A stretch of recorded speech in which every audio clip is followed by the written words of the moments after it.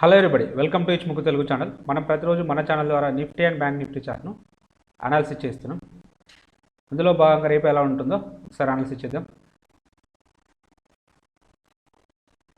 ముందుగా నిఫ్టీ యొక్క intraday చార్ట్ని analysis చేసినట్టయితే నిన్నటి సిపిఆర్తో పోల్చుకున్నప్పుడు ఈరోజు సిపిఆర్ అనేది హయ్యర్ వాల్యూ సిపిఆర్ రావడం జరిగింది. సిపిఆర్ విడ్త్ అనేది న్యారోగా ఉండడం జరిగింది. పర్టికులర్గా R1 అండ్ పీడిహెచ్ రెండు ఒకే దగ్గర ఉండడం జరిగింది. సో ఈ సందర్భంలో మనం ఎలాంటి స్ట్రాటజీ చేస్తాం? సిపిఆర్ బ్రేక్అవుట్ స్ట్రాటజీ అయితే యూజ్ చేస్తాం. సిపిఆర్ బ్రేక్అవుట్ స్ట్రాటజీని యూజ్ చేస్తాం. సో ఎప్పుడైతే previous day high R1 breakout అవుతుందో సో మన ఎంట్రీ పాయింట్ ఇది అవుతుంది. సో స్టాప్ లాస్ అనేది రెండింటికి మధ్యలో ఇది అవుతుంది. సో దీనికి 1:2 టైమ్స్ లేదంటే నెక్స్ట్ పైవట్ పాయింట్ ఈజీగా అచీవ్ అవ్వడం అయితే జరిగింది. సో ఇలా నారో సిపిఆర్ వచ్చినప్పుడు సిపిఆర్ బ్రేక్అవుట్ స్ట్రాటజీని మనం వాడాలి. సో ఇక కెమెరాల ఇండికేటర్ చూద్దాం. ఇక కెమెరాల ఇండికేటర్ని చూసినట్టయితే సో ప్రైస్ అనేది H3 అండ్ L3 మధ్యలో ఓపెన్ కావడం జరిగింది. సో H3కి పుల్ బ్యాక్ వస్తే ట్రేడ్ తీసుకుంటాం, లేదా L3కి పుల్ బ్యాక్ వస్తే ట్రేడ్ అయితే తీసుకుంటాం. ఈ సందర్భంలో మనకు ప్రైస్ అనేది జస్ట్ L3 పైన ఓపెన్ అవ్వడం జరిగింది. సో మనం అంటే అకార్డింగ్ టు సిపిఆర్ ప్రకారం నో ట్రేడ్, బికాజ్ అంటే ఇక్కడికి వస్తే ఇక్కడ బయింగ్ ఆపర్చునిటీ కోసం చూస్తాం, లేదా ఇక్కడికి వస్తే ఇక్కడ సెల్లింగ్ ఆపర్చునిటీ కోసం అయితే ట్రేడ్ తీసుకుంటాం. బట్ ఫస్ట్ 5 మినిట్స్లోనే ఇక్కడ ఆల్రెడీ ఇక్కడే ఓపెన్ అయింది, ఇక్కడికి దీనిలో కూడా అంటే L3 కిందికి వెళ్ళి మళ్ళీ పైన క్లోజ్ కావడం జరిగింది. సో కాబట్టి మనకు అంటే వ్యాలిడ్ ట్రేడ్ అయితే కాదు, పర్ఫెక్ట్ ట్రేడ్ అయితే లభించలేదనే చెప్పవచ్చు. ఇక సప్లై డిమాండ్స్ జోన్స్ గురించి డిస్కషన్ చేస్తే ప్రైస్ అనేది మనం ఇక్కడ ఒక జోన్ ఇవ్వడం జరిగింది, కింద ఒక జోన్ ఇవ్వడం జరిగింది. చూడండి, ఈ జోన్కి ఫస్ట్ 5 మినిట్స్ క్యాండిల్లోనే ఎంత అద్భుతంగా ఇక్కడ రియాక్షన్ అయితే రావడం జరిగింది. సో మనం వెయిట్ చేస్తే ఇది మన యొక్క ఎంట్రీ పాయింట్ అవుతుంది, ఇది మన యొక్క స్టాప్ లాస్ అవుతుంది. దీనికి 1:2 టైమ్స్ టార్గెట్ అయితే అచీవ్ కావడం అయితే జరిగింది. అంటే ఆఫ్టర్ 15 మినిట్స్ తర్వాత మనం ట్రేడ్ తీసుకుంటే సో మనం అన్ని కన్ఫర్మేషన్స్ తోటే తీసుకోవాలి ఏ ట్రేడ్ తీసుకున్నా కూడా, ఎందుకంటే మనం ఇలా సపోర్ట్ తీసుకుంటుంది కాబట్టి ఇది మనకు వర్క్ కావడానికి పాసిబిలిటీ ఉంటుందని చెప్పి తెలుస్తుంటుంది. సో 15 మినిట్స్ తర్వాత ట్రేడ్ తీసుకుంటాం కాబట్టి 15 మినిట్స్ తర్వాత ట్రేడ్ తీసుకుంటే సో దీని అంటే ఈ హై తర్వాత ఎంట్రీ లభిస్తుంది. సో స్టాప్ లాస్ అనేది కొంచెం హెవీగా ఉంటుంది, బట్ ఈ స్టాప్ లాస్ని బేర్ చేస్తే దీనికి 1:2 టైమ్స్ అయితే టార్గెట్ అయితే అచీవ్ కావడం అయితే జరిగింది. ఇక రెండో జోన్ చూద్దాం. రెండో జోన్ ఇది మనం సప్లై జోన్ ఇవ్వడం జరిగింది. సో ఇక్కడ ఏదైనా కన్ఫర్మేషన్ క్యాండిల్ అంటే దీన్ని బ్రేక్ చేసుకుంటూ రెడ్ క్యాండిల్ కానీ విక్ రివర్సల్ క్యాండిల్ కానీ డౌన్ సైడ్లో ఎలాంటి క్యాండిల్ రాలేదు కాబట్టి సో మనం సెల్ సైడ్ వెళ్ళాము. First thing. సెకండ్ థింగ్ వచ్చేసి ఈ లెవెల్ అనేది బ్రేక్అవుట్ అయింది. చూడండి, ఈ లెవెల్ బ్రేక్అవుట్ అయింది. సో అప్పుడు ఈ జోన్ ఏ విధంగా మారుతుంది? డిమాండ్ జోన్గా మారుతుంది. వన్స్ ఇది డిమాండ్ జోన్గా మారితే సో ప్రైజెస్ అనేది మళ్ళీ ఇక్కడికి పుల్ బ్యాక్ వస్తాయి. ప్రైజెస్ అనేవి ఇక్కడికి పుల్ బ్యాక్. చూడండి, వెరీ నెక్స్ట్ క్యాండిలే ఇక్కడ పుల్ బ్యాక్ అంటే విక్ రివర్సల్ క్యాండిల్ అయితే రావడం జరిగింది, బుల్లిష్ విక్ రివర్సల్ క్యాండిల్ రావడం జరిగింది. సో కాబట్టి మన ఎంట్రీ పాయింట్ ఇది, మన యొక్క స్టాప్ లాస్ ఇది. దీనికి 1:2 టైమ్స్ ఇంకా పైన రావడం అయితే జరిగింది. 1:2 టైమ్స్కు మోర్ దెన్ 1:2 టైమ్స్ అయితే రావడం అయితే జరిగింది. సో ఇలాంటి ట్రేడ్స్ తీసుకోవడానికి ప్లాన్ చేయండి, డెఫినెట్గా మీరు ప్రాఫిట్లో ఉంటారు. సో ఇక్కడ మళ్ళీ అంటే with in the intraday time ఫ్రేమ్లో ఇక్కడ ఒక జోన్ కూడా ఉండడం అయితే జరిగింది. సో ఈ జోన్కి వచ్చినప్పుడు సో ఇక్కడ కూడా ప్రైస్ అనేది రియాక్షన్ అయితే రావడం అయితే జరిగింది. సో ప్రైజెస్ అనేవి ఇక్కడే ఎందుకు స్టాప్ అయ్యేటట్టు అయినాయంటే ఇది మంత్లీ R1, ఈ లెవెల్ అనేది మంత్లీ R1 కాబట్టి అందుకే ఇక్కడ నుంచి రిజెక్షన్స్ అయితే రావడం అయితే జరిగింది. సో ఒకవేళ మీరు ఇంకా విత్ ఇన్ ద ఈ 5 మినిట్స్ టైం ఫ్రేమ్లో కూడా ఏదైనా క్వాలిటీ జోన్స్ ఉంటే డ్రా చేసుకుంటే డెఫినెట్గా మీకు ప్రాఫిట్స్ రావడానికి అయితే అవకాశం అయితే ఉంటుంది. సో రెండు ఆపోజిట్ క్యాండిల్స్ వచ్చినప్పుడు ఇక్కడ కూడా మనం డ్రా చేయొచ్చు. ఫర్ ఎగ్జాంపుల్ అంటే ఇక్కడ మనకు ఎందుకు ఇక్కడ డ్రా చేస్తామంటే మంత్లీ R1 ఉంది, ప్లస్ మన సప్లై డిమాండ్ జోన్స్ ప్రకారం రెండు ఆపోజిట్ మూమెంటం క్యాండిల్స్ వచ్చినప్పుడు దాన్ని బట్టి మనం జోన్స్ డ్రా చేసుకోవచ్చు. అంటే మనం with in the 5 minutes time ఫ్రేమ్లో తీసుకున్నప్పుడు ఎలాంటి కన్ఫర్మేషన్ క్యాండిల్ అవసరం లేదు, డైరెక్ట్ ఇదే ఎంట్రీ పాయింట్ అవుతుంది. దీనికి కొంచెం అంటే దీని కిందగా కొంచెం ఎంట్రీ పాయింట్ అవుతుంది, దీనిపైన స్టాప్ లాస్ అవుతుంది. దీనికి 1:2 టైమ్స్ టార్గెట్ అనేది ఈజీగా అచీవ్ కావడం అయితే జరిగింది. బట్ ఇలా 5 మినిట్స్ టైం ఫ్రేమ్లో డ్రా చేస్తున్నప్పుడు పర్టికులర్గా ఏదైనా దగ్గరలో R1 కానీ, అది మంత్లీ R1 కానీ, వీక్లీ R1 కానీ, లేదా డైలీ R1 కానీ, అంటే ఇలా ఒక పైవట్ పాయింట్ని బేస్ చేసుకుంటూ సప్లై జోన్స్ డ్రా చేయండి. ఏదైనా ఒక పైవట్ పాయింట్ని బేస్ చేసుకుంటూ డిమాండ్ జోన్స్ డ్రా చేసినప్పుడు డైరెక్ట్ అంటే అదే టైం ఫ్రేమ్లో మనం ఆ జోన్ దగ్గర కన్ఫర్మేషన్ ఎంట్రీ లేకుండా డైరెక్ట్ ఆ జోన్ దగ్గరకు వచ్చినప్పుడు ట్రేడ్ తీసుకోవడానికి అయితే అవకాశం అయితే ఉంటుంది. బట్ గుర్తుపెట్టుకోండి, కంపల్సరీ ఏదైనా ఒక పైవట్ పాయింట్ దగ్గర మాత్రమే డ్రా చేయండి. సో మీరు ఇది మంత్లీలో ఇది R1, ఈ లెవెల్ అనేది R1, అందుకే సో ఇక్కడ డ్రా చేసుకుంటే మనకు రిజల్ట్స్ ఉంటాయి. ఇక రేపటి రోజున చూద్దాం. ఫస్ట్ ఆఫ్ ఆల్ దీన్ని డిలీట్ చేద్దాం.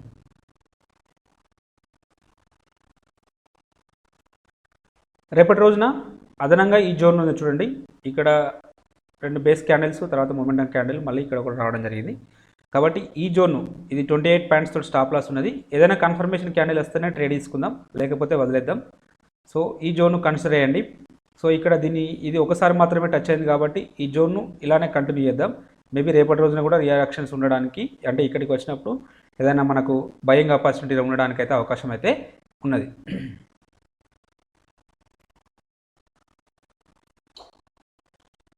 ఇక ఆప్షన్ చైన్ డాటాను పరిశీలించినట్టయితే హైయెస్ట్ ఓపెన్ టెస్ట్ అనేది 18,000 దగ్గర బిల్డప్ అయింది. సెకండ్ హైయెస్ట్ ఓపెన్ టెస్ట్ అనేది 18,500 దగ్గర బిల్డప్ అయింది. థర్డ్ హైయెస్ట్ ఓపెన్ టెస్ట్ అనేది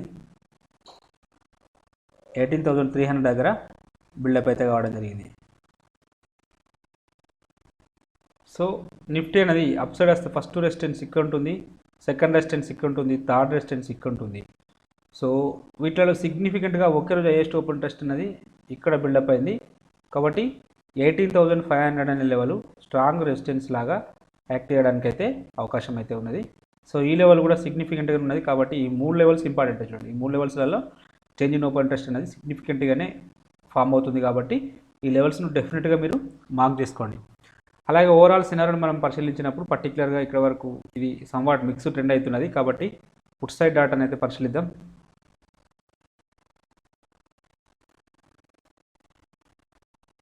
ఇక పుట్ సైడ్లో పరిశీలించినట్టయితే హైయెస్ట్ ఓపెన్ టెస్ట్ అనేది 17,800 దగ్గర బిల్డప్ అయింది. సెకండ్ హైయెస్ట్ ఓపెన్ టెస్ట్ 17,600 దగ్గర, థర్డ్ హైయెస్ట్ ఓపెన్ టెస్ట్ ఉన్నది 17,900 దగ్గర బిల్డప్ అయితే కావడం జరిగింది. అంటే నిఫ్టీ అనేది డౌన్ సైడ్ వస్తే ఫస్ట్ సపోర్ట్ ఇక్కడ ఉంటుంది, సెకండ్ సపోర్ట్ ఇక్కడ ఉంటుంది, థర్డ్ సపోర్టు ఇక్కడ ఉండడానికైతే అవకాశం అయితే ఉన్నది. అలాగే వీటిలో సిగ్నిఫికెంట్గా ఒక్కరోజు హైయెస్ట్ ఓపెన్ టెస్ట్ ఉన్నది ఇక్కడ బిల్డప్ అయింది. అంటే 17,800 అనే లెవెల్ మనకు స్ట్రాంగ్ సపోర్ట్ లాగా యాక్ట్ చేయడానికి అయితే అవకాశం అయితే ఉన్నది. అలాగే ఓవరాల్ సినారియోని మనం పరిశీలించినట్టయితే షార్ట్ బిల్డప్ కావడం జరిగింది. షార్ట్ బిల్డప్ అయిందంటే పుట్ సైడ్లో షార్ట్ బిల్డప్ అయిందంటే పాజిటివ్ ఉండడానికి అవకాశం అయితే ఉన్నది. సో ఒకసారి ఇచ్ముక్ ఇండికేటర్ ప్రకారం కూడా అనాలిసిస్ చేద్దాం. ఇక ఇచ్ముక్ ఇండికేటర్ ప్రకారం అనాలిసిస్ చేసినట్టయితే ప్రైస్ అనేది కన్వర్జేషన్ లైన్ పైన ట్రేడ్ అవుతుంది. కన్వర్జేషన్ లైన్ అనేది రైజింగ్ అవుతూ ఉంది, బేస్ లైన్ అనేది రైజింగ్ అవుతూ ఉంది. సో కాబట్టి బుల్లిష్నెస్ ఉండడానికే పాసిబిలిటీ ఉంటుంది. మళ్ళీ రేపు కూడా కొత్త హై ఫామ్ చేయడానికి అయితే సిద్ధంగా ఉన్నది. సో ఆల్ టైమ్ హై మళ్ళీ బ్రేక్ చేసుకుంటూ మళ్ళీ కొత్త హై ఫామ్ చేసుకుంటూ మళ్ళీ ఇలా డౌన్ సైడ్ రావడానికి కూడా పాసిబిలిటీ అయితే ఉన్నది. సో ఒకవేళ డౌన్ సైడ్ వస్తే ఫస్ట్ సపోర్ట్ ఎక్కడ ఉంటుందంటే ఈ కన్వర్జేషన్ లైన్ దగ్గర ఉంటుంది. కన్వర్జేషన్ లైన్ వచ్చేసి 17,800 దగ్గర, అంటే నియర్లీ 17,750 దగ్గర ఉండడం అయితే జరిగింది. సో ఇన్ కేస్ అది బ్రేక్అవుట్ అయితే మాత్రం ఫర్దర్గా ఇక్కడ వరకు వస్తుంది, 17,627 వరకు రావడానికి అవకాశం అయితే ఉంటుంది. సో ప్రైస్ అనేది సో ఈ రేంజ్లో ఉన్నంతసేపు మనకు బుల్లిష్నెస్ ఉండడానికే పాసిబిలిటీ ఉన్నది. సో దీనిపైన ఉంటే కంప్లీట్గా బుల్లిష్నెస్ ఉంటుంది. సో దీని కింద ఉంటే ఫర్దర్గా స్మాల్ కరెక్షన్ ఈ క్లౌడ్ వరకు రావడానికి అయితే పాసిబిలిటీ ఉంటుంది. సో ఈ క్లౌడ్ వరకు వచ్చేటప్పటికి ఈ ప్రైజెస్ అనేవి ఇక్కడ ట్రేడ్ అవుతుంటే సో క్లౌడ్ అనేది చాలా దూరం ఏమీ లేదు, మేబీ ఇక్కడ మళ్ళీ సపోర్ట్ తీసుకొని అప్ సైడ్ వెళ్ళడానికే ఎక్కువ పాసిబిలిటీ అయితే ఉన్నది. ఇక అవర్లీలో చూద్దాం. ఇక అవర్లీ టైం ఫ్రేమ్లో చూసినట్టయితే మనకు కంప్లీట్గా బుల్లిష్నెస్ షో చేస్తుంది. ప్రైస్ కూడా కన్వర్జేషన్ లైన్ పైన ట్రేడ్ అవుతుంది కాబట్టి బుల్లిష్నెస్ ఉండడానికి ఎక్కువ పాసిబిలిటీ ఉన్నది. సో ఒకవేళ ప్రైజెస్ అనేది ఈ కన్వర్జేషన్ లైన్ కింద ట్రేడ్ అయితే నెక్స్ట్ టార్గెట్ అనేది ఒకవేళ ఇంట్రాడే కరెక్షన్లో ఇక్కడ వరకు రావడానికి పాసిబిలిటీ ఉంటుంది. బేస్ లైన్ వరకు 17,827 వరకు రావడానికి అయితే అవకాశం అయితే ఉన్నది. సో దీనిపైన ట్రేడ్ అయితే డెఫినెట్గా మళ్ళీ కొత్త హై ఫామ్ చేయడానికి అవకాశం అయితే ఉన్నది. సో ప్రజెంట్ ఇవి ఫ్లాట్గా ట్రేడ్ అవుతున్నవి. ఈవెన్ కన్వర్జేషన్ లైన్ కానీ బేస్ లైన్ కానీ స్పాన్ ఏ కానీ స్పాన్ బి కానీ ఫ్లాట్గా ఉన్నాయి. సో వీటిలలో ఏదైనా ఒకటి స్లైట్గా అప్ సైడ్ మూమెంటం వచ్చింది అనుకోండి, ప్రైజెస్ అనేవి డెఫినెట్గా ముందుకెళ్తుంది. లేదా ఇంకేదైనా డౌన్ సైడ్ మూమెంటం వస్తే డెఫినెట్గా మీకు కన్వర్జేషన్ బేస్ లైన్ వరకు రావడానికి అయితే అవకాశం అయితే ఉన్నది. కాబట్టి ఈ లెవెల్స్ను మార్క్ చేసుకొని ట్రేడ్ చేయండి. మీరు 1 అవర్లో ఈ లెవెల్స్ను మార్క్ చేసుకొని తర్వాత 5 మినిట్స్లోని కానీ 3 మినిట్స్లో కానీ షిఫ్ట్ అయిపోయి అక్కడ ట్రేడింగ్ చేసుకోండి. డెఫినెట్గా మీకు మంచి ఫలితాలు అయితే ఉంటాయి. ఇక బ్యాంక్ నిఫ్టీ యొక్క ఇంట్రాడే చార్ట్ అనాలిసిస్ చేసినట్టయితే నిన్నటి సిపిఆర్తో పోల్చుకున్నప్పుడు ఈరోజు సిపిఆర్ అనేది హయ్యర్ వాల్యూ సిపిఆర్ రావడం జరిగింది. ప్రైస్ అనేది సిపిఆర్ కింద ఓపెన్ రావడం జరిగింది. సిపిఆర్ కింద ఓపెన్ అయితే మనం సిపిఆర్ ఏ స్ట్రాటజీ వాడతాం, స్కాల్పింగ్ స్ట్రాటజీని అయితే వాడతాం. అంటే కింద అంటే ఇక్కడ సిపిఆర్ను బ్రేక్ చేసుకుంటూ వెళ్ళింది, సిపిఆర్ని బ్రేక్ చేసుకుంటూ వెళ్ళింది కాబట్టి సో మనం స్కాల్పింగ్ స్ట్రాటజీని అయితే యూజ్ చేస్తాం. స్కాల్పింగ్ స్ట్రాటజీ ప్రకారం సిపిఆర్ బ్రేక్అవుట్ అయితే ట్రేడ్ తీసుకుంటాం. ఎలాగో 15 మినిట్స్ తర్వాత ట్రేడ్ తీసుకుంటాం కాబట్టి సో మన ఎంట్రీ పాయింట్ అనేది ఇది అవుతుంది. సో మన స్టాప్ లాస్ అనేది ఇది అవుతుంది. సో ఎంట్రీ పాయింట్ ఇది, స్టాప్ లాస్ ఇది, టార్గెట్ ఏదవుతుంది అప్పుడు టార్గెట్ ఇదే అవుతుంది.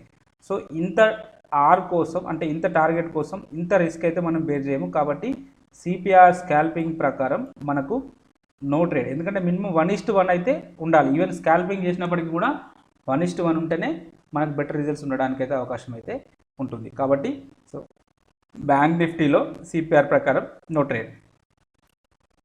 ఇంత ట్రెండింగ్ మూవ్లో మీరు ట్రేడ్ తీసుకోవద్దని చెప్తున్నారంటే మనం ఏవైతే కొన్ని స్ట్రాటజీస్ ఉంటాయో ఆ స్ట్రాటజీ ప్రకారమే ట్రేడ్ తీసుకోవాలి. 1-2 ట్రేడ్స్ ఇలాంటివి మనకు కరెక్ట్ సిగ్నల్ ఇవ్వకపోవచ్చు, బట్ మిగతా రోజులలో మనకైతే వర్క్ కావడానికి అయితే అవకాశం ఉంటుంది. కాబట్టి సో మనం ఖచ్చితంగా స్ట్రాటజీ ప్రకారమే వెళ్ళాలి. క్యామరీల ప్రకారం కూడా నో ట్రేడ్. ఎందుకంటే ప్రైస్ అనేది H3 కింద ఓపెన్ అయింది. H3 కింద ఓపెన్ అయితే H3 పుల్ బ్యాక్ లేదా L3 పుల్ బ్యాక్ వస్తేనే ట్రేడ్ తీసుకుంటాం. బట్ మనకు అలాంటి పుల్ బ్యాక్స్ అయితే ఏవి రాలేదు. ఇక సప్లై డిమాండ్ జోన్స్ గురించి డిస్కషన్ చేస్తే మనం 2 జోన్స్ ఇవ్వడం జరిగింది. అప్ సైడ్ ఫస్ట్ ఈ జోన్ గురించి డిస్కషన్ చేద్దాం. ఈ జోన్ అనేది ఫస్ట్ క్యాండిల్ తోటే బ్రేక్అవుట్ రావడం జరిగింది. సో ప్రైజెస్ అనేవి ఈ లెవెల్కి మళ్ళీ రాలేదు కాబట్టి ఈ జోన్ అనేది వ్యాలిడేట్ కాలేదు. సో డిలీట్ చేద్దాం.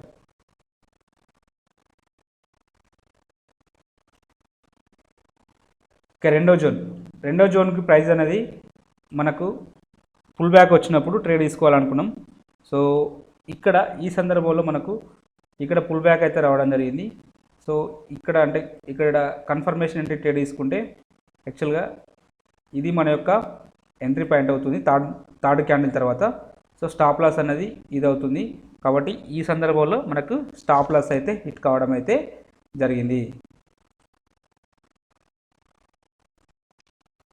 ఇక రెండో జోన్ గురించి డిస్కషన్ చేసినట్టయితే ఈ జోన్ కూడా ఆల్రెడీ ఈ జోను బ్రేక్అవుట్ అయితే రావడం జరిగింది. కన్ఫర్మేషన్ క్యాండిల్ అంటే కింద ఎలాంటివి రాలేదు కాబట్టి ఈ జోన్ బ్రేక్అవుట్ అయింది. కాబట్టి నెక్స్ట్ ఈ జోన్ డిమాండ్ జోన్గా అయితే యాక్ట్ అవుతుంది.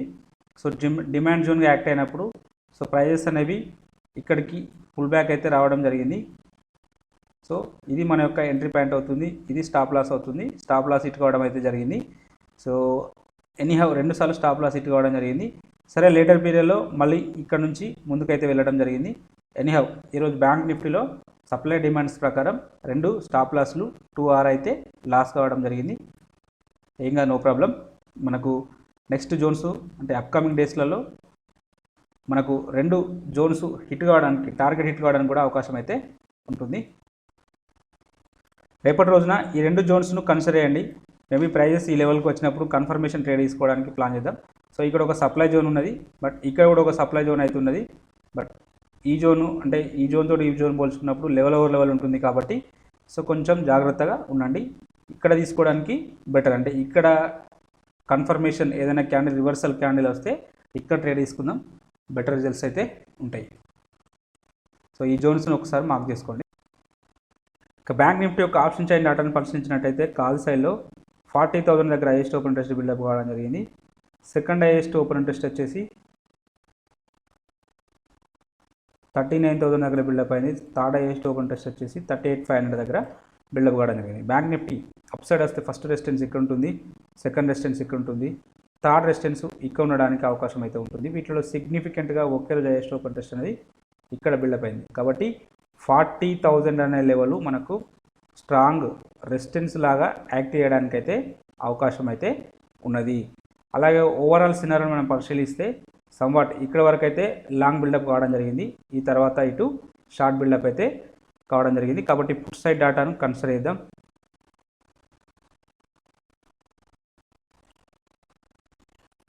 పుట్ సైడ్ డాటాలో హైయెస్ట్ ఓపెన్ ఇంట్రెస్ట్ అనేది 38,000 దగ్గర బిల్డప్ అయింది. సెకండ్ హైయెస్ట్ ఓపెన్ ఇంట్రెస్ట్ అనేది 37,500 దగ్గర బిల్డప్ అయింది. థర్డ్ హైయెస్ట్ ఓపెన్ ఇంట్రెస్ట్ అనేది 37 దగ్గర బిల్డప్ కావడం జరిగింది. బ్యాంక్ నిఫ్టీ డౌన్ సైడ్ వస్తే ఫస్ట్ సపోర్ట్ ఇక్కడ ఉంటుంది, సెకండ్ సపోర్ట్ ఇక్కడ ఉంటుంది, థర్డ్ సపోర్టు ఇక్కడ ఉంటుంది. వీటిలో సిగ్నిఫికెంట్గా హైయెస్ట్ ఓపెన్ ఇంట్రెస్ట్ ఒకే రోజు ఇక్కడ బిల్డప్ అయింది. కాబట్టి ఈ లెవెల్ మనకు 38,000 అనే లెవెల్ స్ట్రాంగ్ సపోర్ట్ లాగా యాక్ట్ అయితే అవుతుంది. అలాగే ఓవరాల్ సినారియోని మనం పరిశీలించినట్టయితే చేంజ్ ఇన్ ఓపెన్ ఇంట్రెస్ట్ అనే కాలం ఇంక్రీజ్ అవుతుంది, ప్రైజెస్ అనేవి డౌన్ఫాల్ వస్తున్నాయి. కాబట్టి పుట్ సైడ్లో షార్ట్ బిల్డప్ జరిగింది. పుట్ సైడ్లో షార్ట్ బిల్డప్ జరిగింది అంటే రేపటి రోజున పాజిటివ్ ఉండడానికైతే అవకాశం అయితే ఉన్నది.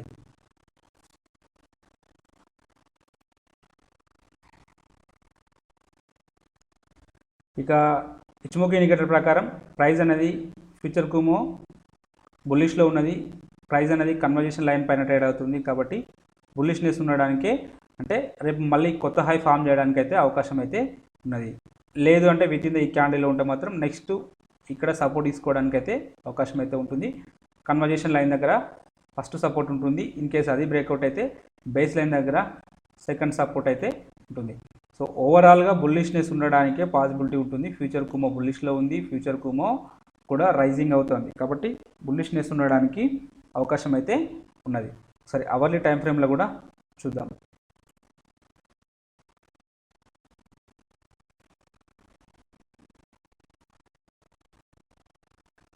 అవర్లీ టైం ఫ్రేమ్లో చూసినట్టయితే మనకు ప్రైస్ అనేది ఇక్కడ కూడా మనకు ఫ్యూచర్ కుమో బులిష్లోనే ఉన్నది. కాబట్టి ప్రైస్ అనేది కన్వర్జేషన్ లైన్ పైన ఉన్నది. కాబట్టి బులిష్నెస్ ఉండడానికి పాసిబిలిటీ అయితే ఉన్నది. సో ఇక్కడ అంటే ప్రైజెస్ అనేది కన్వర్జేషన్ లైన్కి కొంచెం దూరంగా ట్రేడ్ అవుతున్నాయి. కాబట్టి మేబీ ప్రైజెస్ అనేది ఇవి బ్రేక్అవుట్ అయితే నెక్స్ట్ ఈ కన్వర్జేషన్ లైన్ వరకు రావడానికి అయితే పాసిబిలిటీ ఉంటుంది. కన్వర్జేషన్ లైన్ వచ్చేసి 38,102. కాబట్టి మనకు 38,000 అనేది స్ట్రాంగ్ సపోర్ట్ జోన్గా యాక్ట్ అవుతుంది. ప్రైజెస్ అనేవి ఇక్కడ ఉంటున్నాయి కాబట్టి ఇక్కడికి వచ్చి ఇక్కడ సపోర్ట్ తీసుకొని ఇక్కడ నుంచి మళ్ళీ అప్ సైడ్ వెళ్ళడానికి అవకాశం అయితే ఉంటుంది.